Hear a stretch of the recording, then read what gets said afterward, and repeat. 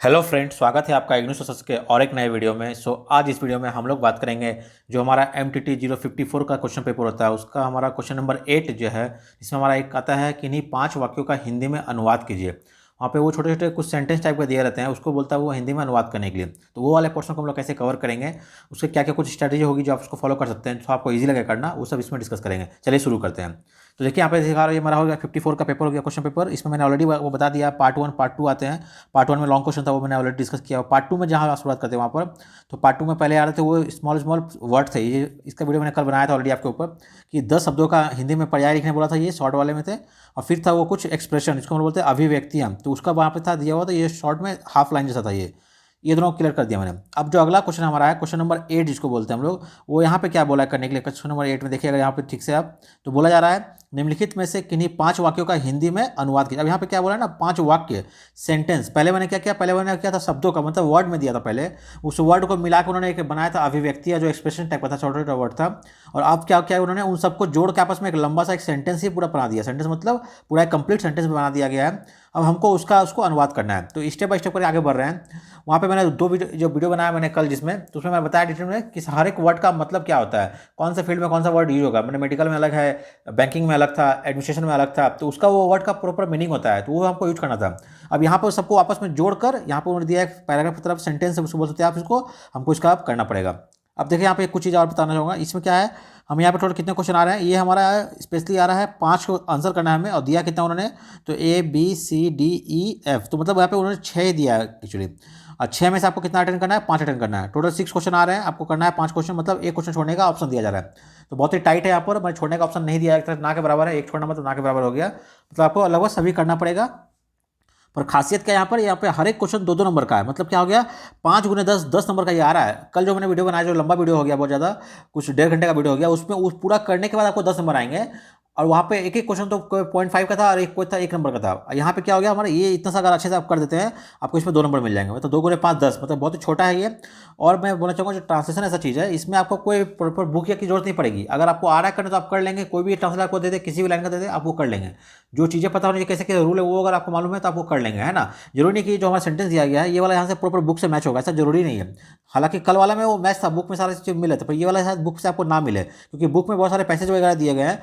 हो सकता है वो किसी पैसेज का बीच से वो उठा ले, एक लाइन यहाँ पे डाल दे वो, है ना। या फिर कोई भी अलग करंट अफेयर्स का ऐसा कुछ फिक्स का रूल नहीं है, आपको कहीं से भी कोई भी टॉपिक को उठा के एक सेंटेंस यहाँ पे आपको दे सकते हैं, आपको उसको करना पड़ेगा उसका हिंदी में अनुवाद। तो यहाँ पे अगर ये 5 आप कर लेते हैं मान लीजिए, तो आपको 5 गुणे 10, आपका 10 नंबर यहाँ से पक्का वो हो जाएगा। अब ये करना है, मैं क्या है करना है, ये हिंदी में अनुवाद है।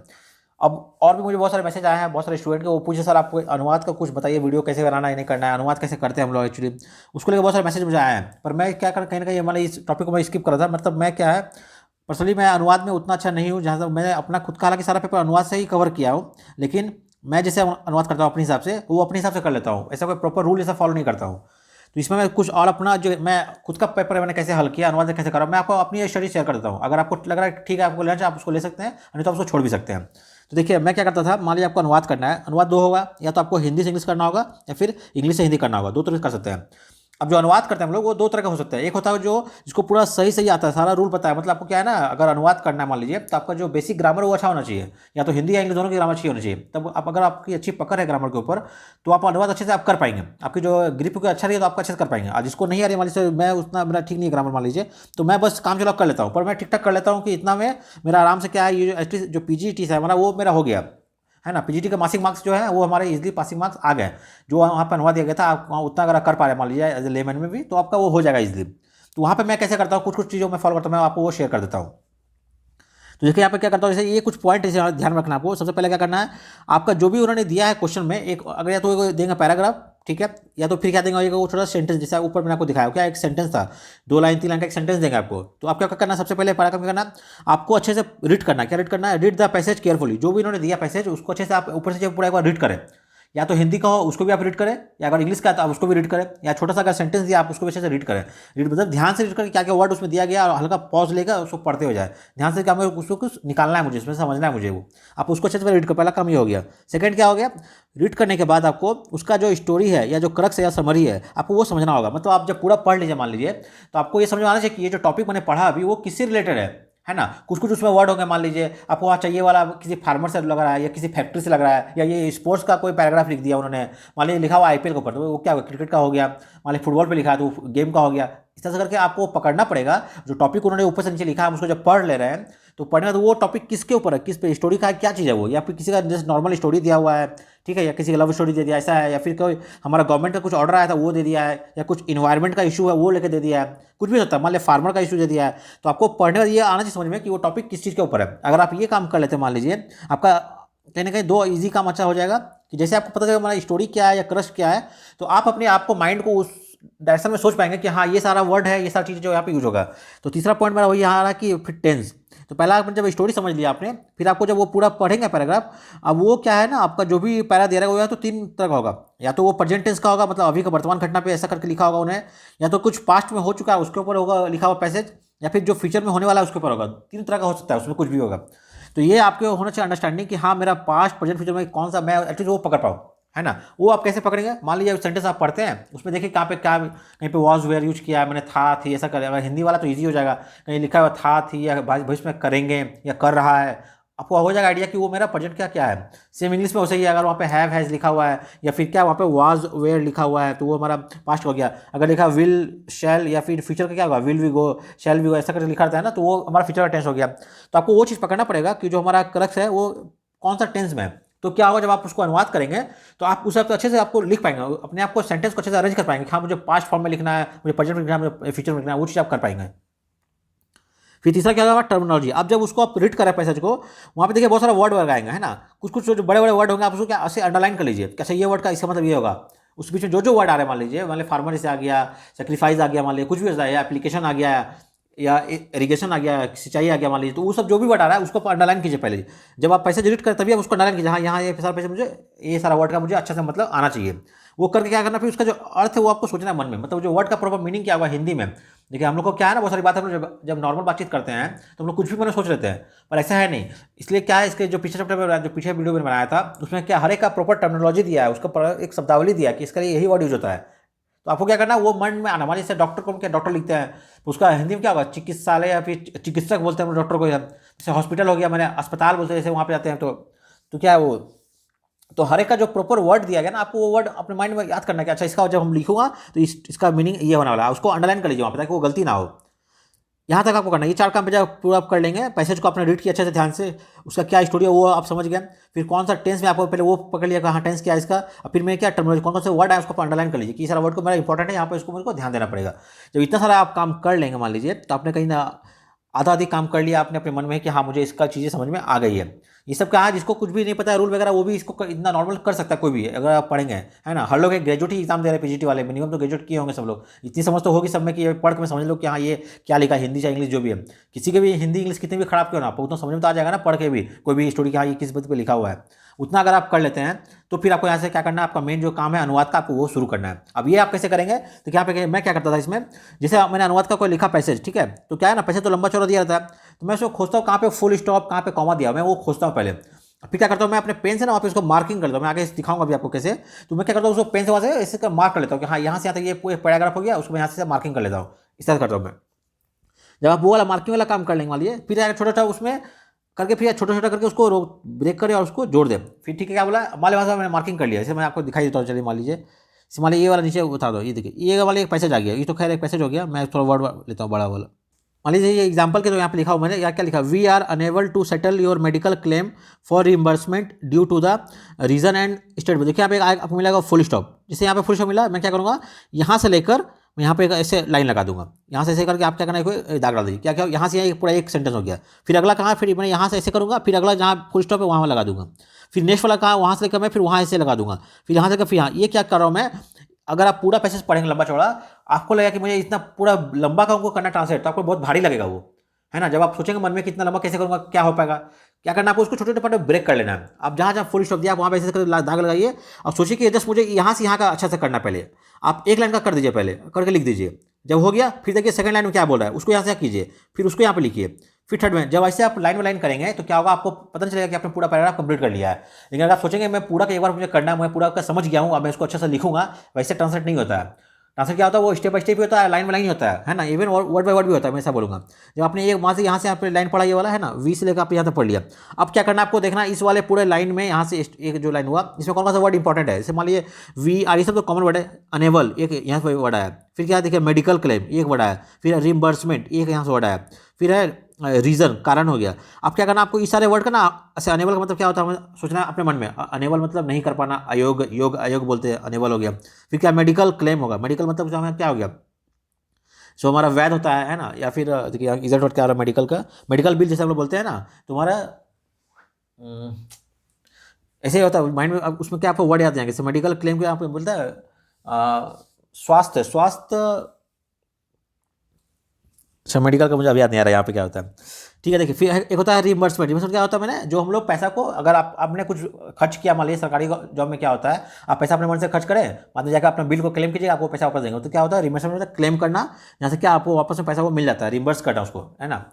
इसका भी देखिए आपको क्या प्रॉपर हिंदी वर्ड यहाँ पे यूज करना पड़ेगा। तो अगर मान लिया अगर ये हेल्थ वाला चैप्टर का होगा तो वहाँ पे ये वाला वर्ड आएगा रिम्बर्समेंट। अब इस तरह से, इसलिए जो मैंने कल जो वीडियो बनाया था वो इतना इंपॉर्टेंट क्यों था, वहाँ पर हर एक टर्मिनोलॉजी का अलग अलग मीनिंग दिया हुआ है। जब तक आपको सारे मीनिंग नहीं पता रहेगा आप ट्रांसलेट नहीं कर पाएंगे। तो आपको जरूरी है कि पहले वो सारा वर्ड का मीनिंग आपको पता हो, तब तो आप यहाँ पे से मान लिया हाईलाइट किया ये सारा वर्ड है, इसका मीनिंग क्या आपको निकालना पड़ेगा। तो फिर इस सारे मीनिंग को आपस में जोड़ के फिर आप ये सेंटेंस को बना पाएंगे। ऐसा करेंगे, देखिए मैं बता दूंगा। We are unable to settle your medical claim, है ना, हम लोग क्या है आपका मेडिकल बिल को सेटल करने के लिए मैंने अयोग्य नहीं कर पा रहे हैं। For reimbursement due to the reason state below, जो भी कारण मैंने नीचे लिखा उस कारण से मैं आपका ये बिल को क्या आपका जो भी क्लेम है उसको मैं यहाँ पर पूरा नहीं कर पा रहा हूँ। ये मैंने लेमन में बोल दिया मैं, पर ऐसा तो होगा नहीं। जब आप ट्रांसलेट करेंगे इसको अच्छे से प्रॉपर हिंदी में इसको लिखना पड़ेगा, तभी वो प्रॉपर ट्रांसलेट कहलाएगा वो। तो देखिए यहाँ पे हो गया, क्या हो गया, लाइन बाय लाइन उसको रीड करना है। फिर क्या जैसे बताया मैंने मार्किंग, वो मार्किंग करना है आपको। फिर छोटा छोटा क्या करना है, ब्रेक करना है, फिर उसको अच्छे से जोड़ना है बाद में। जब आप ब्रेक कर लिए पहले, फिर आप जब लिखने टाइम में जोड़ना पड़ेगा। फिर उसका क्या है, सेंटेंस मन में अरेंज करना है। जैसे मैंने वहाँ पूरा पढ़ के फिर अपने मन में सेंटेंस को अरेंज किया कि हिंदी में जब उसको कैसे कैसे हमको अरेंज करना पड़ेगा, पहले कौन सी बात आएगी फिर कौन सी बात आएगी, ऐसे करके आपको अरेंज करना है वैसे करके। फिर क्या बोला है, वर्ड का सही अर्थ निकालना और वाक्य अनुसार। अब जैसे वहाँ बोला मैंने अच्छा रिम्बर्समेंट, फिर मेडिकल क्लेम आ गया है ना, फिर क्या वहाँ पे अनेबल आ गया। तब अनेबल हो तो 2-3 मीनिंग हो सकता हो, पर वहाँ पे देखना पड़ेगा उस सेंटेंस के हिसाब से अनेबल का जो सही मतलब है वो क्या होगा। अच्छा उसका नीचे ही दिया था अनेबल, मैंने देखा नहीं वहाँ पे, आगे मैं उसको करवाता हूँ, वहाँ दिखाता हूँ क्या दिखा मेडिकल बिल का हिंदी में। तो यहाँ पे क्या हो गया, इस तरह से उसको देखना पड़ेगा वर्ड का सही अर्थ क्या निकल रहा है, और उस सेंटेंस उस लाइन के हिसाब से उस वर्ड का वहाँ पे प्रॉपर क्या मतलब होगा, आपको वही वाला वर्ड यूज करना है, वो चीज़ ध्यान रखना है। दूसरा क्या है, जरूरी नहीं है कि पूरा मैच हो। अब ये बोला जैसे मान लिया आपने पढ़ा इंग्लिश का 5 लाइन है, अब जरूरी नहीं कि जब हिंदी में तो 5 ही लाइन आए, हो सकता है वो 4 लाइन में खत्म हो जाए, 6 लाइन भी हो सकता है। ऐसा कोई फिक्स नहीं है। आप क्या करना, कई बार क्या होता है हम लोग जब उसको पढ़ लेते हैं उसको अच्छा से, मैंने जो पढ़ने वाला जो हमारा होगा थर्ड पर्सन जिसको वो ट्रांसलेट करके पढ़ना है, उसको वो सही मतलब समझ में आए, ये हमको ध्यान में रखना है हमेशा। उसके क्या आवश्यकता अनुसार उसमें क्या थोड़ा सा चेंजेस हम लोग मॉडिफाई कर सकते हैं हम लोग, ऐसा भी होता है। कई बार क्या होता है इंग्लिश में 2 सेंटेंस दिया है, उसको हम हिंदी में जोड़ के एक ही में लिख देते हैं, ऐसा भी होता है। तो आपको लगे देखने छोटा होगा, कोई दिक्कत नहीं है, तभी वो सही रहता है। फिर क्या होता है हमारा, इस तरह का अगर आप कुछ फॉलो करते आगे, आपको यहाँ ठीक ठाक नंबर आपके आ जाएंगे। एटलीस्ट मैं बोलूँगा आपका जो पीजीटी है वो अच्छे वो पास हो जाएंगे, है ना। अभी क्या हो रहा है देखिए, 51 पेपर को अगर छोड़ देंगे आप, अगर आपको याद होगा 51 जो हमारा पेपर था उसको छोड़ दीजिए, तो 52 से लेकर 55 हर किसी में, हर जो पेपर है उसका पार्ट 2 जो है वो हमारा क्या है, ट्रांसलेशन ही दिया हुआ है। पहले छोटे शॉर्ट वर्ड दिए हैं, फिर सेंटेंस दिए हैं, फिर वर्ड दिए, फिर एक पूरा लंबा पैराग्राफ दिया है। किसी में आ रहा है 10 नंबर के, किसी में 15 नंबर के, और किसी में आपके आएंगे 20 नंबर का। अभी अगला पेपर आने वाला 55, उसमें 20 नंबर के 2 आए, 40 नंबर के आने वाले हैं आपका ट्रांसलेशन ही। तो ये एक बहुत बड़ा इंपॉर्टेंट पार्ट, इसको आप छोड़ नहीं सकते टोटली भी। जैसे क्या हो गया, जिसको बिल्कुल कुछ भी नहीं आ रहा है उसको पढ़ना है, जो समझ रहा है कुछ लिख के आइए। अगर वो 10 लाइन का दिया है हिंदी में, आप उसको 8 लाइन का कम हिंदी में इंग्लिश में लिख के आइए, है ना, ताकि टीचर आपको 1-2 नंबर कुछ भी तो दे वहाँ पर। आपने प्रयास तो किया है, पूरा ब्लैंक नहीं छोड़ना उसको, जैसे करना है उसे करना पड़ेगा। तो ये सारा कुछ था जो सिंपल रूल जो मैं खुद पर्सनली फॉलो करता था, क्योंकि मुझे भी उतना एग्जैक्ट नॉलेज नहीं पता है सारे रूल्स वगैरह का, पर हाँ मैं इस तरह करके अपने आप को मैनेज कर लेता हूँ। और दूसरा चूंकि मैं इसे हिंदी इंग्लिश में ठीक ठाक रही है, मैं बहुत सारा पढ़ा हुआ, बहुत सारी चीज़ों शब्दों का मुझे मतलब पता है, तो मैं क्या उसको करके मैं ना लॉजिक लगा के और गेस करके अच्छे से कर लेता हूँ, तो मेरा मैनेज हो जाता है उस तरह करके। तो आपको क्या करना, उसे करके सोच के ना, हाँ मैं कर लूँगा, उसको कर लूँगा, जो पढ़ूंगा तो पढ़ के जो भी दिया लाइन को मैं लिख लूँगा, शब्दों को ब्रेक करके आप करके कर लेंगे, ऐसा करके आपको सोचना है। चलिए अब यहाँ से हम लोग देखते हैं एग्जाम्पल वगैरह। पहले हम क्या करेंगे, जो हमारा PYQ था वो हम देख लेते हैं पहले, और फिर लास्ट 3-4 मैंने पैसेज लिया छोटा छोटा है, वो देख के मैं आपको इसमें कोशिश करूँगा क्लियर करने का। चलिए शुरू करते हैं। देखिए ये हमारा हो गया जून 2023 का जो पेपर है हमारा MTT 54 का, उसमें ये क्वेश्चन आया हुआ था। क्वेश्चन नंबर हमारा 8 में है, निम्नलिखित में से किन्हीं 5 वाक्यों का हिंदी में अनुवाद कीजिए, ट्रांसलेट करना, हिंदी में करना है इसको। क्या दिया हुआ है, the LTC was originally approved from Srinagar but journey has been undertaken up to Jammu. अब यहाँ पे एक चीज़ देखिए, आपको जैसे मैं बोला कि आपको पकड़ना टेंस क्या है। अब देखिए यहाँ पे कुछ वर्ड आएगा जो पास्ट प्रेजेंट को ऐसा दिखाई। यहाँ पे देखिए एक वर्ड है वॉज, है ना, तो वॉज, ठीक है, फिर एक वेयर, ये सब क्या वाज बना होता है था, हिंदी में बोलते हैं हम लोग था थी। तो ये कहीं ना कहीं दिखा रहा है कि था मतलब जो पहला वाला सेंटेंस लाइन है वो बोल रहा है कहीं ना पास्ट के बारे में, मैंने पास्ट में ऐसा बोला था ऐसा करके। वही अगर मान लिया रहेगा इज आर एम, तो ये हमारा हो गया प्रेजेंट में। अगर मान लिया आई एन जी लगा रहेगा तो ये क्या है, प्रेजेंट में होगा, चल रहा है। वही अगर हमारा फ्यूचर की बात करेगा तो he will come, he shell come, he will come, तो ये सारा हो गया फ्यूचर के लिए होगा। तो आपको ये सारे वर्ड को इसमें सर्च करना कहाँ पे क्या दिया नहीं दिया उस सबसे। अब देखिए इसका अनुवाद क्या करेंगे हम लोग, तो यह बोला था एल टी सी वॉज, ठीक है, ओरिजिनली अप्रूव्ड। यहाँ पे देखिए फिर वर्ब में ईडी लगा हुआ है, ये भी हमारा पास्ट को डिनोट करता है। ओरिजिनली अप्रूव्ड, अप्रूव्ड हुआ था फॉर श्रीनगर, कहाँ के, फॉर मतलब के, श्रीनगर के लिए उनको एलटीसी का क्या है ओरिजिनली में असलियत में जो है वो उसको एलटीसी कहाँ अप्रूव हुआ, श्रीनगर के अप्रूव हुआ था। लेकिन यहाँ पे देखा बट, ये बट क्या होता है हमारा, बट इफ़, ये सारे दो वाक्यों को जोड़ते हैं आपस में। जब हम लोग लिखते हैं हिंदी वगैरह में, हम लोग हिंदी लिखते हैं ना, और है ना, तथा वो जा रहा था, तथा उसके हाथ में ये था, उसके पास तीन है, और भी, और तथा, इस तरह के वर्ड क्या है वो हिंदी सेंटेंस को जोड़ने का काम करते हैं, उसको लोग कंजक्शन बोलते हैं इंग्लिश में। तो उसे इंग्लिश में क्या है हमारा ये जो बट है, बट इफ, ये सब चीज़ें, एंड भी क्या होता है, एंड, ये सब हम जोड़ने का काम करते हैं। तो यहाँ पे बोला बट मतलब क्या हो गया, यहाँ पे आप ब्रेक दीजिए, आप इसको लाइन से पढ़िए। जब यहाँ पे बट आए मतलब दो अलग अलग वाक्य हुई, तो क्या करना आपको, यहाँ से लेकर यहाँ लगाना एक लाइन, ये पहला हो गया। जहाँ से बट दिया फिर यहाँ से अगला यहाँ दूसरा हो जाएगा। ये क्या कर दोनों को जोड़ रहा है आपस में, ठीक है ना। अब क्या करना देखिए, L T C was originally approved for Srinagar, क्या हो गया इसका ट्रांसलेट, एल टी सी को, अब देखा ओरिजिनल क्या हो गया, बोलते ना ये ओरिजिनल है मतलब मूल रूप से, ठीक है, मूल रूप से श्रीनगर के लिए स्वीकृत किया गया था। अप्रूव मतलब होता है स्वीकृति देना, पास था स्वीकृत किया गया था, अब यहाँ तो वॉज इसलिए यहाँ पे आ गया था। तो एलटीसी जो है हमारा क्या हो गया, ओरिजिनली क्या किया गया, वो श्रीनगर के लिए दिया गया था। फिर जैसे बट क्या होता है हिंदी में, लेकिन बोलते हैं, लेकिन the journey has been undertaken up to Jammu, लेकिन जर्नी जो वो क्या जम्मू तक की गई, तो लिखा यात्रा जो है वो जम्मू तक की गई है। अब देखिए यहाँ पे जर्नी हैज़ बीन अंडरटेकन बोला गया है, तो यहाँ पे बोला यात्रा जम्मू तक की गई है। तो इसका हो गया हिंदी में अनुवाद। इस तरह से छोटे छोटे आएंगे, आपको डरना नहीं है। आपको क्या करना है, हर एक वर्ड का ना, क्योंकि देखिए सब दो दो नंबर का है, अगर आप सही कर लेना, मान लीजिए अगर थोड़ा बहुत गलती भी करें, मान लीजिए एटलीस्ट तो आपको एक तो देंगे ना मास्टर, एक या 1.5 तो देंगे, कुछ तो देंगे इसमें, जो पूरा छोड़ना नहीं है। आपको जो समझ में आ रहा है, जो जो वर्ड का आ रहा है हिंदी में, आप उसको बना के लिखिए, ट्राई कीजिए अच्छे से लिखने का, क्योंकि तो एग्जाम ही इतना से ना, अभी तो आपकी जॉब लगे नहीं है, आप एग्जाम के लिए कर रहे हैं, इसलिए छोड़ना नहीं है, पूरा अच्छे से करना है, इसमें कोई नेगेटिव मार्किंग भी नहीं है इसमें। तो इस तरह हमारा ये पहला वाला हो गया। अब देखिए सेकंड वाला क्या क्या बोल रहा है, the allotment shall be made on the basis of this seniority on the waiting list. अब बहुत सारा वर्ड आया, एक हो गया अलॉटमेंट, क्या होता है ना, बोलते हैं कोई चीज़ को देना है, अलॉट करना, बोलते हैं ना सीट अलॉट हुआ है, ऐसा बोलते हैं हम लोग। टाइम डॉक्टर से बोलते हैं अपॉइंटमेंट, अब अपॉइंटमेंट भी वही आ रहा है, मतलब अलॉटमेंट भी वही आ रहा है। तो एक होता है अपॉइंटमेंट मतलब किसी से परमिशन लेते हैं कि हाँ इस डेट में को आना है, ये होता है अलॉटमेंट मतलब उसको दिया गया, अलॉट किया गया, ऐसा बोलते हैं हम लोग। तो यहाँ पे हो गया अलॉटमेंट। अब इसका मतलब आपने मन में सोचना इसका मतलब हिंदी क्या होगा। फिर है शैल बी मेड, अब देखिए शैल आ गया, ये हमारा काइंड ऑफ फ्यूचर को दिखा रहा है, शैल बी मेड, ठीक है। अभी बाद फिर फर्स्ट में आ गया मेड, मेड ऐसा बोलते हैं, shall be made on the basis of, basis मतलब आधार पर, सीनियरिटी मतलब जो हमारा क्या वरीयता बोलते हैं ना, सीनियरिटी या सीनियर सिटीजन है, मैंने जो क्या एज में बड़े होते हैं उनको बोलते हैं, तो सीनियरिटी मतलब यहाँ पे वरीयता बोलते हैं। ऑन द वेटिंग, यहाँ पे क्या वेटिंग मतलब क्या होता है मैंने, जिससे हम लोग वेटिंग का क्या बोलता है, आधार, प्रतीक्षा करना, वेटिंग लिस्ट। तो यहाँ अब यही क्या होता है एग्जाम हॉल में, एग्जैक्ट आपको ना इस वर्ड का मीनिंग माइंड में आएगा नहीं, तो क्या करना आपको याद करना, वेटिंग में क्या, वेटिंग क्या होता है, आपसे बोलते हैं हम लोग स्टेशन में गए, वहाँ पर था वेटिंग रूम था, है ना, क्या बोलते हैं उसको, प्रतीक्षा घर ऐसा बोलते हैं ना, प्रतीक्षा गृह ऐसा करते हैं। तो आपको वहाँ से लिंक करके याद करना कि इसका क्या मतलब हो सकता है, वेटिंग कहाँ यूज होते हैं। अगर आप सेंटेंस में यूज करेंगे ना किसी वर्ड को माइंड में सोचिए, आपको उसका हिंदी आ जाएगा मीनिंग, क्योंकि आप देखिए जहाँ भी आप जाते होंगे आसपास भी, आपको हर जगह ना एग्जाम स्टेशन हो, हॉस्पिटल हो, रेलवे स्टेशन हो, एयरपोर्ट, जहाँ भी जाइए आपको 2-3 लैंग्वेज मिलते हैं हर जगह पे, है ना। अब जाइए एयरपोर्ट पे, वहाँ दिखा ना डिपार्चर, प्रस्थान, आगमन, ऐसा करते सब हर जगह पे हिंदी में कर रहा है, कि हम लोग उतना ध्यान नहीं देते एक्चुअली। तो अब जब माइंड में सोचिएगा ना, अच्छा वहाँ पे क्या लिखा था, आपको वो चीज़ यहाँ पे याद आएगी, ये बोला जा रहा हूँ मैं। तो क्या यहाँ पर बोला जा रहा है, the allotment shall be made on the basis of this seniority on the waiting list. अब जैसे उस दिन में आपको बताया था कि क्या होता है हिंदी में उल्टा हो जाता है, जो लास्ट में जो आता फर्स्ट में, यहाँ पे दिखा वेटिंग लिस्ट लास्ट में दिया, यहाँ पहले आ गया। तो क्या प्रतीक्षा सूची में इस वरीयता के आधार पर किया जाएगा, तो क्या बोला आवंटन। अब देखिए यहाँ क्या अलॉटमेंट जैसे हो गया, वो पहला गया अलॉटेड, तो सबसे क्या स्टार्टिंग का जो फर्स्ट है आपको वो लेना है, फिर सीधा चला जाना लास्ट में।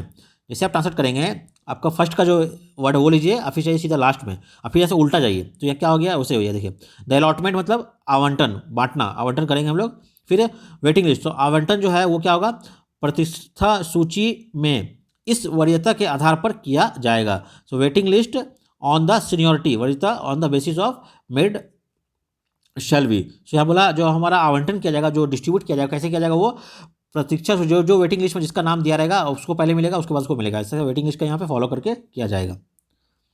फिर देखिए नेक्स्ट क्या बोला है, the total value of furniture, total value of furniture shall not exceed the following maximum limit for the various category of officer. Total value of the furniture, यहाँ पे मैंने फर्नीचर मतलब क्या होता है, मतलब जो लकड़ी से सामान बनता है उसको बोलता है फर्नीचर, जिसका हिंदी में क्या होता है फर्नीचर ही यूज किया जाता है, ऐसा बोला जा रहा है। शैल नॉट एक्सीड, ज़्यादा नहीं पढ़ना चाहिए, एक्सीड होना है। फॉर द किसके लिए, फॉलोइंग मैक्सिमम लिमिट, जो भी उसका अधिकतम सीमा हो, मैक्सिमम अधिकतम मतलब ये हो गया फॉर द वेरियस कैटेगरी। अब वेरियस मतलब क्या होता है, अलग अलग कैटेगरी, मतलब जो श्रेणी बांटते हैं, ऑफ द ऑफिसर मतलब अधिकारी। तो क्या देखिए यहाँ पे क्या किया मैंने, यहाँ पे मैंने हर एक वर्ड का मतलब मन में सोचा पहले। टोटल मतलब कुल, हाँ, वैल्यू उसका अंक जो होता है, फर्नीचर हो गया। फिर यहाँ पे एक्सीड मतलब ज़्यादा नहीं होना है, नॉट नहीं, फॉलोइंग मैक्सिमम लिमिट अधिकतम सीमा, वेरियस मतलब अलग तरह का, अन्य कैटेगरी मतलब श्रेणी ऑफिसर। आपको करके अब सारा का मिल आपको जोड़ना है हिंदी में, आप कैसे बनाएंगे। तो क्या हो गया, वेरियस कैटेगरी ऑफ ऑफिसर, ये फर्स्ट आ गया। विभिन्न श्रेणियों के अधिकारियों के लिए फर्नीचर, ठीक है, का कुल मूल्य निम्नलिखित अधिकतम सीमाओं से अधिक नहीं होनी चाहिए, नहीं होगा। शैल नॉट एक्सीड बोला तो नहीं, क्या अधिक नहीं होगा। अब नो है तो नेगेटिव नो आना चाहिए, ऐसा करके आप किया गया। अब नेक्स्ट हमारा D number, we have released loan to the following person. We have है ना, हम लोगों ने रिलीज किया है, लोन मतलब ऋण, to the following person. Following तो होता है जो नीचे लिखा है निम्नलिखित, बोलता है ना फॉलोइंग क्वेश्चन, निम्नलिखित पर्सन मतलब व्यक्तियों, तो लिखा है हमने निम्नलिखित व्यक्तियों को ऋण जारी किया है। ये थोड़ा ईजी आ गया, ये 2 नंबर बताइए, अगर इसको आप कर देंगे 2 नंबर मिल जाएगा आपको, ऐसे करके। तो हमने निम्नलिखित व्यक्तियों को ऋण जारी किया है या किए हैं, ऐसा करके आपको लिखाना है। Next, you will be liable to be transfer to any place in India. You will be liable to be transfer to any place in India. तो हो गया एनी प्लेस इन इंडिया मतलब भारत के किसी भी जगह पर। ये हो गया इसका मतलब। ट्रांसफर मतलब क्या होता है, हम लोग हस्तांतरित, मतलब यहाँ से उसका ट्रांसफर होता है जॉब में ट्रांसफर हो गया, ऐसा बोलते हैं हम लोग। फिर यू विल बी लायबल, अब यहाँ पे देखिए जो है ना काइंड ऑफ पैसिव टेंस में बोला जा रहा है कि मतलब आपको ऐसा किया जा सकता है, आपको किया जाएगा, ऐसा बोल रहे हैं हम लोग इस सेंस में। तो लिखा आपको भारत में किसी भी स्थान पर हस्तांतरित किए जाने के लिए उत्तरदायी होंगे। तो ये हमारे सारे गवर्नमेंट जॉब आप लेंगे, वहाँ पे ये वाला टर्म लिखा रहता है कि जो आपका जॉब है, जरूरी नहीं कि आपकी पोस्टिंग एक ही जगह होगी, आपको भारत के जहाँ जहाँ उसके ब्रांच है, आपको वहाँ पे वो लोग भेज सकते हैं। ये चीज़ यहाँ पे लिखा रहता है, वहाँ का ही लाइन उठा के दिया हो गया। ओके, लास्ट क्वेश्चन क्या बोल रहा है, he is also permitted to leave station during the said leave period. He is also permitted, देखिए पास्ट फॉर्म हो गया, ही इज मतलब वह ऑल्सो मतलब उसको परमिशन दिया गया है, क्या किस लिए, टू लीव स्टेशन मतलब जहाँ वो रह रहा है उसको छोड़ने के लिए, उस जगह को छोड़ने के लिए, स्टेशन छोड़ने के लिए। ड्यूरिंग मतलब के दौरान, सेड लीव पीरियड जब वो सेड मतलब जिस दौरान उसने छुट्टी लिया हुआ है, लीव मतलब छुट्टी, पीरियड मतलब टाइम। तो लिखा है अब छुट्टी को तो छुट्टी भी लिख सकते हैं या फिर अवकाश, अच्छा वर्ड क्या है यहाँ पे, अवकाश लिखते हैं हम लोग। उसे उक्त अवकाश अवधि के दौरान स्टेशन छोड़ने की अनुमति है, ऐसा बोलते हैं हम लोग, यहाँ पे करिए जाए। अब यहाँ पे इससे उक्त छुट्टी अवधि यहाँ पे क्या मैच नहीं कर रहा है, यहाँ पे क्या अवकाश अवधि ज़्यादा सही बैठ रहा है। उसे उक्त छुट्टी के दौरान अगर करेंगे तो क्या यहाँ पे, सिंस यहाँ पे उन्होंने पीरियड बोल दिया है, यहाँ पे आपको लिखना पड़ेगा अवधि, पीरियड आ गया चुकी है एक्चुअली। अब हमारे यहाँ दिसंबर 24 का पेपर क्या, यहाँ पे सेम क्वेश्चन फिर से बोला है। अब क्या बोला देखिए यहाँ से, in the circumstances in the circumstances, okay, we may withdraw. May मतलब यहाँ पे क्या श्योरिटी नहीं है, मतलब हम लोग ना ये हम कर सकते हैं, हम जा सकते हैं, तो यहाँ मे का हिंदी मतलब सकना, सकने से सेंस में आता है। So we may withdraw the allotment of house and remove his her name from the waiting list. क्या बोला है, वो उसका नाम को क्या है कहीं से निकाल सकते हैं, मतलब वेटिंग लिस्ट से वो निकाल सकते हैं, ऐसा बोला है। तो कहाँ पर, इन द सर्कमस्टांसेस वी में, सो इन परिस्थितियों में, समझ रहे, परिस्थितियाँ बोलता है ना, उसके सर्कमस्टांसेस अच्छे नहीं थे, तो परिस्थितियाँ, इन परिस्थितियों में हम मकान का आवंटन वापस ले सकते हैं और उसका या उसकी, देखा ना हिज और हर, तो उसका और उसकी नाम वेटिंग मतलब प्रतीक्षा सूची से हटा सकते हैं। आपको इसको छोड़ना नहीं है, बिल्कुल मैं बार बार ऐसे बोल रहा हूँ, आप अरेंज करके लिखिए, जैसा आपको समझ आ रहा है ना, आप हिंदी में सेंटेंस को अरेंज कर दीजिए, वहाँ पे लिख कर जाइए बस। और जब उसको पढ़ रहे हैं ना, एक फ्लो होना चाहिए, हाँ इसको पढ़ के मीनिंग बन रहा है ना, ऐसा क्या अटपटा लग रहा है, उसको पढ़ने से खाली मीनिंग बनना चाहिए, जब आप लिख रहे हैं उसको फ्लो आना चाहिए। In case of temporary government, अब देखिए टेम्प्रोरी अस्थायी गवर्नमेंट सर्वेंट मतलब अस्थायी जो क्या है, जो परमानेंट जॉब नहीं कर रहा है, वो अस्थायी सरकारी कर्मचारी। Surety bond from the permanent government servant must be furnished. क्या बोला है, अस्थायी सरकारी कर्मचारी के मामले में अस्थायी सरकारी कर्मचारी से जमानती बंध पत्र प्रस्तुत किया जाना चाहिए। आप यहाँ पे देखिए जो मैंने बोला ना, गवर्नमेंट तो हो गया, सरकारी सर्वेंट फर्निश, यहाँ पे देखिए सिक्योरिटी बॉन्ड, ये सारा वो जो कल मैं बताया वीडियो उसमें ये सारा टर्म को वहाँ पे आया, ये सारा गवर्नमेंट का टर्म में यूज करते हैं हम लोग। आई एम डायरेक्टली, देखिए सेम लाइन है, I am directed to convey the section of the president about the conversion of the following temporary post in the permanent post. I am directed, कल मैंने जब बताया उसमें बताया, आई एम डायरेक्टेड मतलब मुझे ये करने को कहा गया है ना, मुझे ये आदेश आया है, इसे मुझे करना है, मुझे निर्देश दिया गया है, तो आई एम डायरेक्टेड, मुझे ये बोला गया करने के लिए। तो इससे मैं यहाँ बोला convey the sanction of the president about the conversion of the following temporary post into permanent, मतलब कुछ यहाँ पे टेम्पोररी पोस्ट है उसको क्या करना है हमको परमानेंट में कन्वर्स मतलब बदलना है, उसको ना अस्थायी बनाना है। मुझे राष्ट्रपति की निम्नलिखित अस्थायी पदों को अस्थायी पदों में परिवर्तित करने के लिए स्वीकृति प्रदान करने का निर्देश दिया गया है। अब देखिए यहाँ पे है ना, आई एम डायरेक्टेड, ये लास्ट हो गया, मुझे निर्देश दिया गया है, तो आई एम डायरेक्टेड यहाँ पे यूज किया गया। This case may be decided by the circulating the paper among the member of the department promotion committee. यहाँ क्या बोला, दिस केस मे बी, इस केस को क्या करना है, मे बी डिसाइड, इसको डिसाइड कर सकता है किसके द्वारा, बाय मतलब के द्वारा, कौन द्वारा, circulating the paper among member of the department promotion committee. यहाँ पे कमेटी नाम आया डिपार्टमेंट प्रमोशन कमेटी, डीपीसी। तो इस मामले का निर्णय, अब क्या डिपार्टमेंट क्या होता है हमारा विभाग, ठीक है, प्रमोशन मतलब पदोन्नति, कमेटी मतलब क्या होता है समिति, सो विभागीय पदोन्नति समिति के सदस्यों, उसके मेंबर हो गए, सदस्यों के बीच कागजात है ना, पेपर्स प्रसारित करके किया जा सकता है। तो इस मामले का जो निर्णय है कैसे लेंगे हम लोग, तो जो भी उस कमेटी के जो लोग हैं उनके सामने क्या करना पड़ेगा हमें, उनके जो मेंबर सदस्य हैं उनको यह कागजात दिखाना पड़ेगा, यहाँ पे उसका ये मीनिंग निकल रहा है। ये चूंकि जो हमारा MTT 54 ये क्या है, हमारा एडमिनिस्ट्रेशन मतलब प्रशासन से है सारा, इसलिए जो वर्ड है सारे देखिए गवर्नमेंट से लिंक किया हुआ सारे वर्ड यहाँ पे आ रहे हैं, तो सारे जो टर्मिनोलॉजी सारे वही पाएंगे। If you do not wish, if मतलब क्या होता है यदि, इफ ये क्या क्वेश्चन मार्क पूछ रहा है इस तरह से, तो यहाँ देखिए आ गया यदि, पहले आ गया यदि, you do not wish to renew the locker, अब यहाँ देखिए कॉमा दिया, आप यहाँ रुक जाइए, इसका पहले कर लीजिए, यदि you do not wish, do not मतलब यू मतलब तुम नहीं चाहते हो, wish to renew the locker, अगर तुम्हें अपना लॉकर का जो है उसको अगर रिन्यू नहीं कराना, रिन्यू का हिंदी क्या होता है, रिन्यू हो गया इंग्लिश वर्ड, उसको बोलते हैं हम लोग नवीनीकरण, दोबारा रिन्यू बोलते हैं, रिन्यूएबल एनर्जी है, नवीनीकरण उसने यहाँ पे यूज कर दिया है। यदि आप लॉकर का नवीनीकरण नहीं कराना चाहते हैं तो आप किराए के बकाये का भुगतान करने के बाद या उससे पहले हमें क्या है चाबी सौंप सकते हैं, मतलब की हैंड ओवर करने बोल रहा है। You may be surrender the key to us on before clearing of the rent arrears, जो भी आपको जो बकाया बाकी है मतलब रेंट बाकी है उसको क्लियर करने से पहले क्या करना है आपको, जो चाबी है उसको वापस कर देना, सरेंडर कर देना मतलब सौंप देना है यहाँ पर। ओके ना, ये हो गया हमारा 23 का क्वेश्चन स्टार्ट हो रहा है। फिर से यहाँ पर नेक्स्ट क्वेश्चन बोल रहा है द फोटो स्टेट मशीन, ये मेरा पेपर आया था एग्जाम में, द फोटो स्टेट मशीन कौन सा है जिसको हम लोग क्या जेरोक्स निकालते हैं, photo state machine has now been installed and, देखिए एंड बोला है, यहाँ पर रुक जाइए पहले कर लीजिए, इट हैज़ कमेंस फंक्शनिंग, अब वो क्या काम करना शुरू कर चुका है। तो फोटो स्टेट मशीन लिखते हैं हम लोग, अब स्थापित हो गई है, लिखा ना क्या, now has been installed, current की बात कर रहा है, अब वो स्थापित हो गई है और उसने काम करना शुरू कर दिया है, यहाँ पे इसके बारे में बताया गया है। The suggestion has been consider on several occasions earlier but was not accepted for reason state below, suggestion पहले बहुत बार दिया गया लेकिन क्या उसको स्वीकार नहीं किया गया, किस कारण से, तो नीचे वहाँ रीजन दिया गया। तो सुझाव पर पहले कई बार विचार किया गया है लेकिन, है ना, बट, ये देखिए यहाँ पे बट, तो लेकिन ऊपर बताए गए कारणों से इसे स्वीकार नहीं किया गया है। यहाँ पे क्या हो गया, देखिए यहाँ पे बिलो नहीं बोला है, रीजन स्टेट एवब बोला है, एवब मतलब होता है ऊपर, अगर लिखा है रीजन स्टेट बिलो मतलब नीचे बताया गया कारण, यहाँ पे बोला ऊपर जो कारण था उसके कारण से ये बोला है, इसलिए यहाँ पे वर्ड पे अच्छे से आप लोग ध्यान दीजिएगा। The date of filling in the nomination form has been recorded, so नामांकन पत्र भरने की तारीख क्या है, दर्ज नहीं की गई है। Head of account has not been given on this bill, head of account, ठीक है, अकाउंट मतलब क्या हो गया हमारा, जैसे बताया आपको पहले भी, खाते का शीर्ष नहीं, इस बिल पर खाते का शीर्ष नहीं दिया गया है, तो head of account has not been given on this, तो इस बिल के ऊपर में क्या है ना टाइटल वो नहीं दिया गया, इसने बोला बिल के ऊपर जो खाते का जो शीर्ष है, शीर्षक है, टाइटल, वो यहाँ पे नहीं दिया गया, तो हेड ऑफ अकाउंट में वो बोला जा रहा है, यहाँ पे हो गया बिल पर खाते का।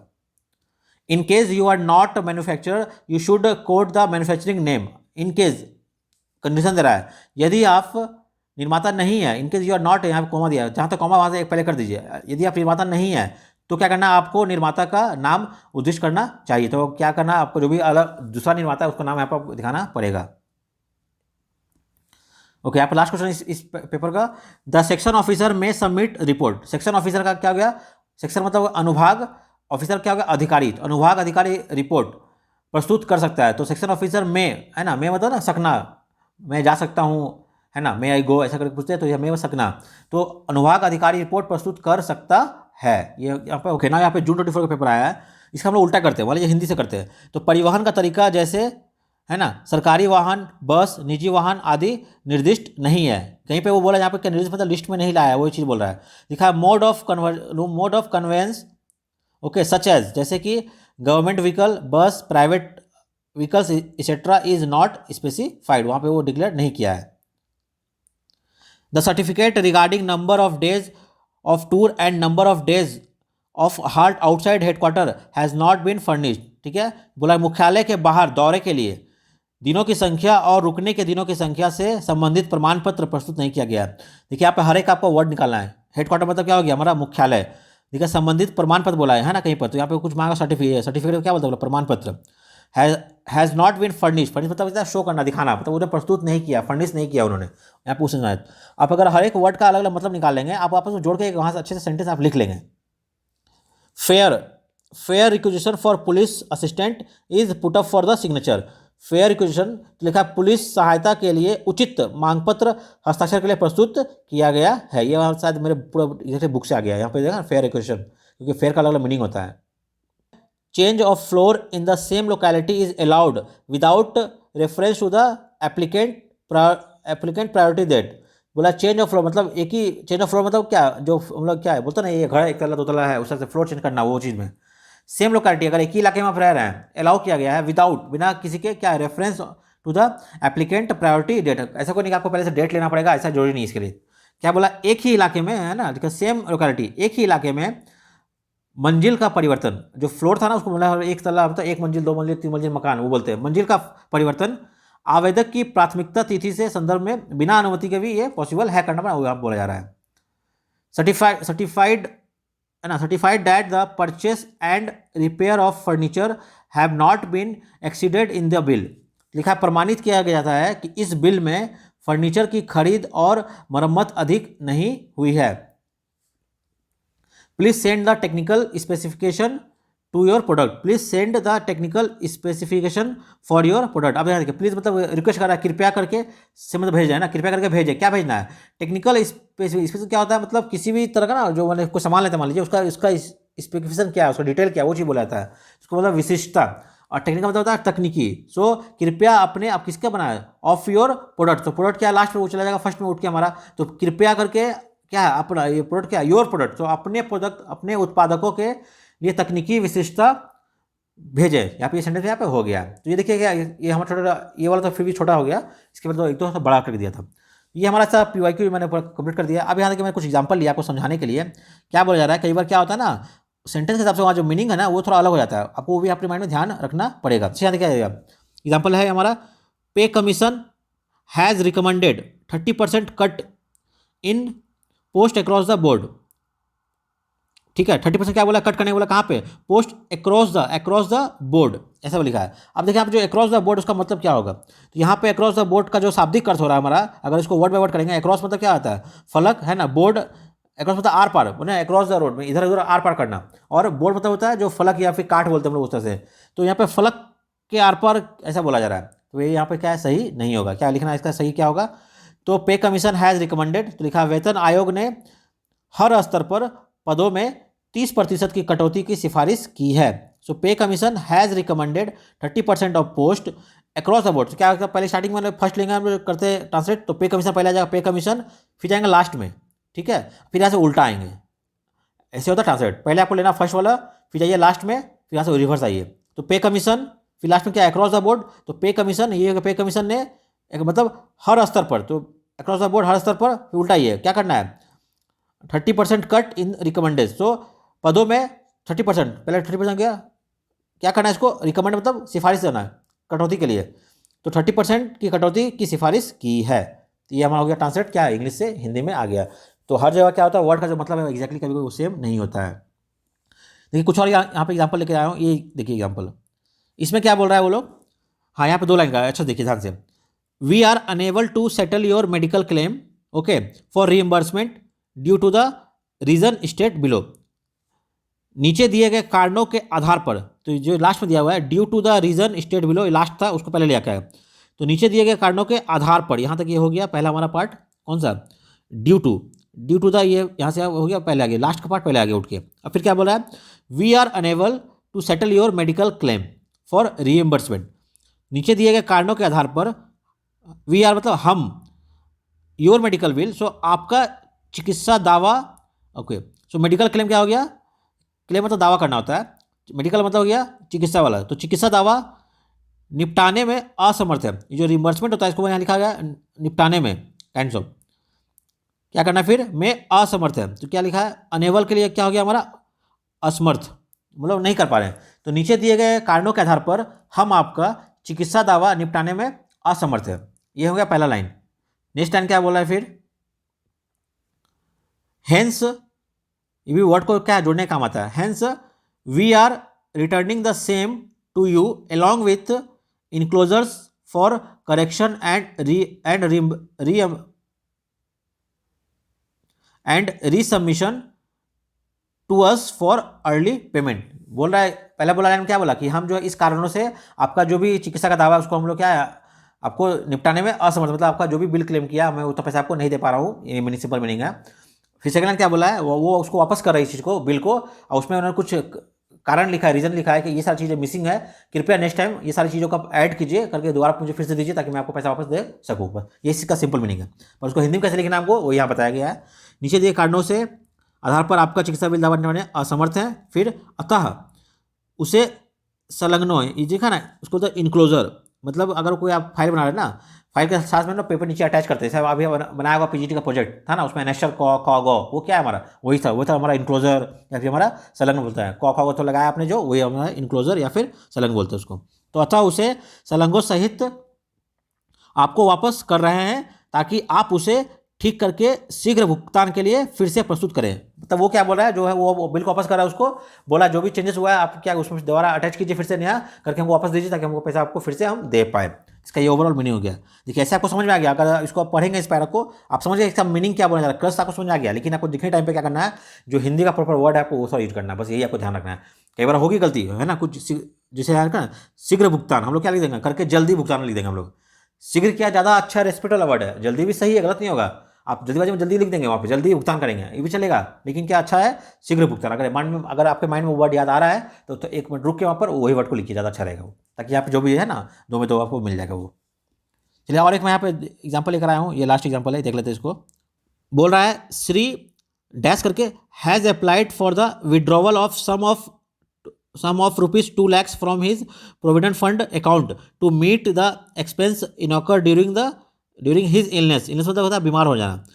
His application is covered by the rule, उनका जो एप्लीकेशन क्या है रूल के अंदर आ रहा है, इट मे बी एक्सेप्टेड, क्या इट मे मतलब एक्सेप्ट किया जा सकता है। अब देखिए क्या क्या बोला है यहाँ पर, पहला बोला है श्री के लिए क्या हो गया, श्री हो गया ठीक है। Has applied for the withdrawal, withdrawal क्या होता है हम लोग पैसा निकालना, निकासी बोलते हैं उसको। फॉर ए सम ऑफ कितना निकालना है, कुल मिला के जो सम अमाउंट है उनका ₹2 लाख फ्रॉम कहाँ से निकालना है, provident fund account PF account ठीक है। टू मीट किस कारण से निकाल रहा है, टू मीट एक्सपेंस मतलब जो खर्च हुआ है, इनऑकर जिसके कारण खर्च हो गया, क्या हुआ है ड्यूरिंग हिज इलनेस, जब वो बीमार हो गया तब जो पैसा उन्होंने खर्च किया उसको निकालने के लिए कहाँ से निकाला वो, प्रोविडेंट फंड से उन्हें पैसा निकाल रहा है, कितना निकाला वो 2 लाख रुपये निकाल रहा है। वो क्या किया उसके लिए विड्रॉवल के लिए उन्हें अप्लाई किया है। अब देखिए सारा आपको पता चल गया, बीमार भी हुआ है, क्यों बीमार हुआ है तो इलनेस हो गया, उसको चाहिए पैसा निकाला, कहाँ से निकाला है वो PF अकाउंट से निकाला है वो, कैसे कितना निकाला है 2 लाख रुपये निकाल रहा है वो, क्या क्या उसके लिए उन्होंने फॉर्म को अप्लाई किया। अब हिंदी क्या है देखिए इसका, श्री ने अपनी, अब देखिए क्या हुआ जो लास्ट था ना उसका इलनेस वो पहले आ गया, श्री ने क्या किया अपनी इलनेस में अपनी बीमारी के लिए, तो अपनी बीमारी के अब उल्टा जाइए रिवर्स जाइए, अपनी बीमारी क्या करना है उसमें एक्सपेंड मतलब खर्च हुआ है, अपनी बीमारी में खर्च के लिए अब कहाँ से, तो भविष्य निधि खाते में से 2 लाख रुपये निकालने की प्रार्थना की है, मतलब होता है ना अप्लाइड मतलब रिक्वेस्ट करना, वो बोलते हैं निकालने के लिए यहाँ प्रार्थना की है बोला है। फिर बोल रहा है his application covered by the rule, उनका जो निवेदन है, जो प्रार्थना उन्होंने रिक्वेस्ट किया वो क्या है, नियमानुकूल है। मतलब जो भी उनका जो रूल रहता है, जो फॉर्म भर के देना है आपको, जो डॉक्यूमेंट्स चाहिए वो सारा उसने लगाया प्रॉपर तरीके से। इसलिए बोला जो उनका जो भी हिज एप्लीकेशन जो है कवर्ड अंडर द रूल, जो रूल के हिसाब से उन्होंने सब कुछ करके सही सही दिया है। उनका जो निवेदन है वो क्या है हमारा, नियमानुकूल। यहाँ पर क्या हो गया, जो कवर्ड बाय द रूल जो लिखा है ना, ये वाला चीज़, उसके लिए क्या है, वर्ड क्या है, नियमानुकूल। मतलब जो भी नियम था उसके अनुकूल उन्होंने सब कुछ फॉर्म भर के दिया है। इट मे बी एक्सेप्टेड, अब क्या बोला है, इसे स्वीकार कर लिया जाए। इट मे भी वो बोला है, अब इसको स्वीकार हम लोग कर लेंगे क्योंकि सब कुछ यहाँ प्रॉपर अच्छे से किया गया है। ये हमारा समझा है। चलिए एक लास्ट यहाँ पे करेंगे, फिर ये वीडियो खत्म हो जाएगा हमारा। चलिए एक यहाँ पे लास्ट हम और देख लेते हैं एग्जाम्पल समझने के लिए। It has been decided that officer residing at near by village would be entitled to draw house rent allowance up to 15% of pay, comma दिया है, subject to production of the rent receipt and fulfilment of the other requirement by them. अब देखिए थोड़ा पढ़ा आपने लंबा चौड़ा। अब क्या करना है ना, आपको यहाँ पे अंडरलाइन करना है। क्या अंडरलाइन करना है कि सारे में जो इंपॉर्टेंट बड़े बड़े वर्ड कौन कौन से आ गए हैं हमारे। जैसे देखिए आप क्या क्या है, एक है डिसाइडेड, है ना, डिसाइड किया उन्होंने। ऑफिसर अधिकारी हो जाएगा। रिसाइडिंग नियर बाई, जो रिसाइड मतलब जहाँ रहते हैं, नियर बाई मतलब आसपास के विलेज वाले। Would be entitled, would be entitle मतलब क्या, जो उसके लिए क्या योग्य है, इंटाइटल है, उसको मिल सकता है ये वाली चीज़ें। क्या करना है, टू ड्रॉ, उसको मैंने पैसा उठाना है क्या चीज़ के लिए, हाउस रेंट अलाउंस। ये हमारा एक अलाउंस मिलता है, HRA बोलते हैं लोग, घर में जो रहते हैं सरकारी आवास में, उसके लिए मिलता है हमें। अब कितना है, अप टू 15%, ठीक है, ऑफ द पे, उनका जो भी पे है उसका 15% उनको मिलेगा HRA, subject to production of the rent receive, ठीक है, and fulfilment the other condition. अब लेकिन कब मिलेगा, सब्जेक्ट मतलब तभी मिलेगा वो जब यूज करता है ना सब्जेक्ट, मतलब अभी वो श्योर नहीं है पर आपको मिल सकता है, ऐसा वो कंडीशन बोलते हैं। तो सब्जेक्ट टू प्रोडक्शन, यहाँ पे देखिए प्रोडक्शन क्या होता है, एक होता है हमारा प्रोडक्शन निर्माण करना, पर यहाँ पे वो नहीं होगा। यहाँ पे क्या होगा, मतलब प्रोड्यूस करना। ये डॉक्यूमेंट्स प्रोड्यूस कीजिए, मतलब डॉक्यूमेंट्स लेकर आइए। वहाँ पर उस सेंस में यहाँ बोला गया है सब्जेक्ट टू प्रोडक्शन, मतलब जब तक वो प्रोड्यूस नहीं करेगा, क्या नहीं करेगा, रेंट रिसिप्ट, जहाँ रेंट मतलब जहाँ रहता है घर भाड़े पे, रिसिप्ट मतलब उसका स्लिप, ठीक है, एंड फुलफिलमेंट, जो भी चीज़ें वो पूरा कर रहा है, ऑफ द अदर, जो भी उनका अदर कंडीशन है उस इस 15% को लेने के लिए, अगर वो फुलफिल कर रहा है मान लीजिए, तो वो उसको मिल जाएगा। तो ये पूरा आपको समझ में क्रस आ गया। अब क्या करना है, आपको लिखना कैसे है। अब क्या करेंगे, हम उसको ब्रेक करके, जहाँ जहाँ कॉमा दिया था अब वहाँ पे रुकेंगे, वहाँ से उसको शुरू करेंगे। देखिए कॉमा यहाँ दिया है ना, यहाँ पे एक पहला वर्क हो रहा है, यहाँ से लेकर यहाँ पूरा। अब लाइन से पढ़िए, इट हैज़ बीन डिसाइडेड, अब यहाँ से एक सेंटेंस हो गया, इट हैज़ बीन डिसाइड किया गया है, क्या लिखा है, अब झट का निर्णय करना, यह निर्णय किया गया है कि डैट, कि पास के गांव में रहने वाले अधिकारी वेतन के 15% तक मकान किराया भत्ता पाने के हकदार होंगे। अब यहाँ तक कही होगी, आप यहाँ तक क्या किया उन्होंने, officer residing at near by village would entitle to draw house and allowance up to 15% of the pay. तो बोला घर के आसपास जो रह रहे 15, उनको 15% का भत्ता मिलने को वो किराए का हकदार होंगे, लेकिन कॉमा सब्जेक्ट टू प्रोडक्शन, मतलब क्या सब्जेक्ट यहाँ बशर्ते, कारा लगाया, बशर्ते बोलते ना, इस शर्त पे ही मिलेगा आपको, बशर्ते कि वे किराया रसीद पेश करें। यहाँ पे लिखा था रेंट रिसीप्ट, तो ये हो गया किराया रसीद। ओके, क्या करना है उसको, प्रोड्यूस मतलब पेश करना, लाना पड़ेगा। और एंड मकान किराया भत्ता पाने से संबंधित, मकान किराया यहाँ पर क्या हो गया, देखिए यहाँ पर हाउस रेंट अलाउंस जिसको बोल रहा था, उसका क्या हो गया, मकान किराया भत्ता सरकारी आवास को मिलता है, पाने से संबंधित अन्य आवश्यकताओं को पूरा करे। जो भी उसका रिक्वायरमेंट था ना, फुलफिल मतलब हो गया पूरा करना, क्या पूरा करना है उनको, रिक्वायरमेंट मतलब आवश्यकता को पूरा करना है। तो यहाँ से तरह इसको ब्रेक करके आप कर सकते हैं। जितना लंबा भी आएगा मान लीजिए, कुछ नहीं करना है आपको, पहले उसको रीड करना चाहिए, आप समझिए क्या बोला चाह रहा है, ठीक है, वो 5% क्या है वो देखना है आपको, फिर देखना कौन कौन सा मेन उससे वर्ड है, उसको अंडरलाइन से कर लीजिए, इसका मीनिंग होने वाला है। फिर मैंने सोचिए ऑफिसर मतलब अधिकारी, ठीक है, इंटाइटल मतलब योग्य, विलेज मतलब गाँव, हाउस रेंट मतलब क्या होगा वो देखिए, सब्जेक्ट क्या होगा फिर वो देखिए, फिर रेंट मतलब है ना भाड़े का घर, वो रिसीप, फुलफिलमेंट मतलब पूरा करना करके, जब मन में आपको वर्ड आ गया सारे हिंदी वाले, अब उसको अच्छे से अरेंज कीजिए कौन सा सही बैठ रहा है करने में, है ना। यह निर्णय लिया गया है कि, ठीक है, भत्ता पाने के लिए हकदार होंगे। अगर इसको मैं ऐसे लिखता हूँ, यह निर्णय लिया गया है कि भत्ता पाने के हकदार होंगे पास के गाँव में रहने वाले। क्या ये सही लग रहा है आपको, एडजस्ट नहीं हो रहा है ना, तो क्या करना है आपको, उसे एडजस्ट करना है। यह निर्णय लिया गया है कि पास के गाँव में रहने वाले अधिकारी, है ना, 15% तक का मकान किराया भत्ता पाने के हकदार होंगे। आप अगर हकदार होंगे पहले लिख देंगे, एडजस्ट नहीं हो रहा है तो आपको वो चीज़ यहाँ पे देखनी है कि कैसे करके हम सेंटेंस अच्छे से बैठ रहा है। इसलिए ये बोलेंगे, ये भी थोड़ा अच्छा ईजी है, ये वाला क्वेश्चन छोड़ना नहीं है आप लोग को, है ना। यहाँ पे 5 करने के लिए आपको आ रहे हैं, यहाँ पर 6 में से 2 1 छोड़ना पड़ेगा और 2 नंबर करके आइए, मतलब 10 नंबर यहाँ से मिलने वाला है। कल जो वीडियो बनाया हो वो पूरा पढ़ के 10 नंबर मिलेगा, यहाँ पर देखिए छोटा करके मिलेगा। इसका कोई बुक नहीं, ऐसा कुछ नहीं होगा। ये क्या है हमारा ट्रांसफर, अगर आपको आ रहा है तो आप कर लेंगे, चाहे वो जो भी लाइन देते हैं आपको वो करना आ जाएगा, है ना। कई बार क्या होगा, वो 2-3 वर्ड को जोड़ के आपस में दे देंगे, जो कल हमने जो वीडियो में किया था, जो वर्ड आएगा उसको जोड़ के यहाँ पे दे देंगे, इसे है ना। ये वजह हो जाए, इट हैज़ बीन डिसाइडेड, है ना, I was directed to do, ऐसे करके वर्ड आते हैं, वो सब करके करना पड़ेगा। तो इस तरह करके क्या करना आपको, ये अच्छे से कर लेना है। उम्मीद करते हैं आप चीज़ें समझ में आ गई होगी। ऑलरेडी ये 54 खत्म हो गया। अब एक वीडियो में और लाऊंगा MTT 55 के लिए, कौन सा चैप्टर उसका इंपॉर्टेंट वो बता दूंगा उसमें। और उसमें क्या है ना, हमारा सेकंड पार्ट उसका है ट्रांसलेटर। मैं एक तो वीडियो और ले आऊंगा ट्रांसलेटर प्रॉपर जो है, और एक एग्जांपल लेकर हिंदी का और इंग्लिश का मैं आपको दिखा दूंगा करके फिर से ट्रांसलेटर कैसे करना है। जैसा मैं कर रहा हूँ वैसे करना है। प्रॉपर रूल तो शायद फॉलो नहीं हो पाएगा इसमें, पर आप ठीक ठाक कर लेंगे आपको पासिंग मार्क्स आ जाएंगे। बाकी जब आगे आपको जॉब लगने वाली होगी SSC GST के लिए, तब अच्छे से हम लोग किया जाएगा। फिर फिलहाल अभी PGT के लिए हम लोग तत्काल के लिए कर लेते हैं इस तरह से। चलिए मिलते हैं अगले वीडियो में।